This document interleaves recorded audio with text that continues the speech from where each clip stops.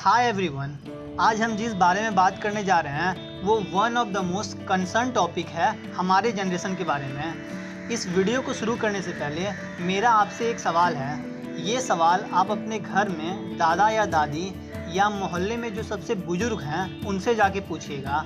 और मेरा आपसे सवाल है, क्या आपके दादा और दादी फ़िल्टर का यूज करते थे, यानी फ़िल्टर का पानी पीते थे?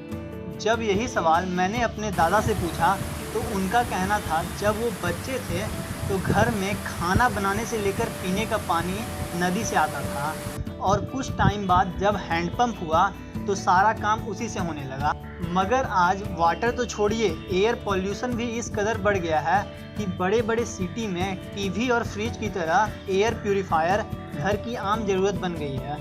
बड़े बड़े अस्पतालों में डॉक्टरों की माने तो न्यूबॉर्न बेबी को एयर प्यूरीफायर वाले रूम में रखा जाता है। और अब बात यहाँ तक पहुँच गई कि दिल्ली गवर्नमेंट को देश का पहला एयर प्यूरीफायर टावर लगाना पड़ा।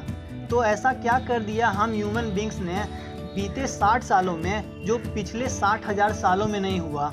दिल्ली की हवा जहरीली हो गई है। दिल्ली का एयर क्वालिटी इंडेक्स अब पहुंच गया है 300। दिल्ली में आज से ऑड इवन नियम जो है वो लागू हो गया है। सूबे के परिवहन मंत्री कैलाश गहलोत का दावा है कि इससे प्रदूषण में काफी कमी आई। 14-15 नवंबर को सभी स्कूलों में छुट्टी का ऐलान किया गया है। बढ़े हुए प्रदूषण के स्तर की वजह से एडमिनिस्ट्रेशन ने स्कूलों की छुट्टी करने का फैसला लिया। आज दिल्ली में देश का सबसे पहला स्मोक टावर लगाया जा रहा है। एयर पॉल्यूशन का मेन कारण पार्टिकुलेट मैटर है। हमारे आसपास की हवाओं में बहुत सारी पानी की बूंदें तैर रही होती है।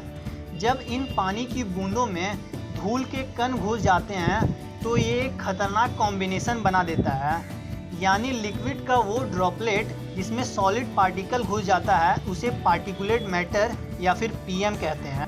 ये भी दो प्रकार के होते हैं। पहला PM10, यानी जिसमें पार्टिकल का साइज 10 माइक्रोमीटर या उससे कम हो।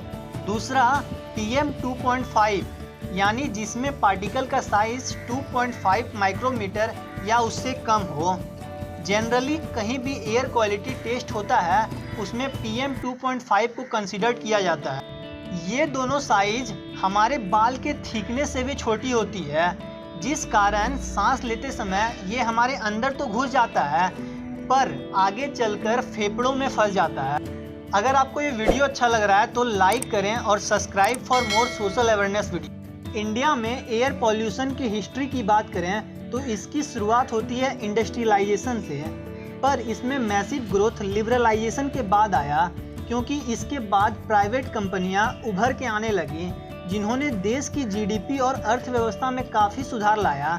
पर इनका डेवलपमेंट का तरीका सस्टेनेबल नहीं था, जिस कारण लॉन्ग टर्म में देश को काफ़ी नुकसान हुआ। करेंटली इंडिया में एयर पॉल्यूशन का मेन कारण है ट्रांसपोर्टेशन और motor vehicle, power generation, industrial activity, coal mining और सिंगल यूज प्लास्टिक का प्रोडक्शन। वर्ल्ड एयर क्वालिटी रिपोर्ट 2020 के मुताबिक दिल्ली दुनिया का सबसे प्रदूषित राजधानी है और इसके साथ साथ दुनिया के 30 सबसे प्रदूषित जगहों में से 22 अकेले भारत में है।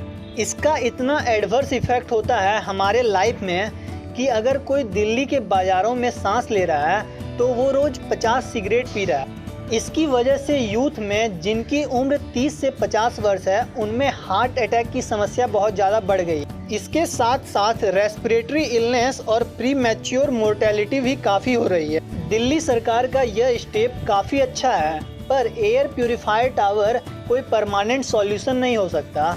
So what can we do on our individual level to stop such kind of air pollution? पहला, अगर आपके घर के बगल में कहीं भी खाली जगह हो तो पेड़ लगाएं।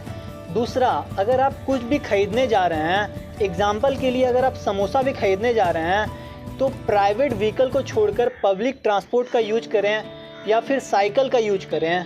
Switch off the electrical appliances when not in use, because हमारे यहाँ अभी भी 75% इलेक्ट्रिसिटी फॉसिल फ्यूल को बर्न करके जनरेट किया जा रहा है। चौथा, minimise the use of single use plastic as much as you can.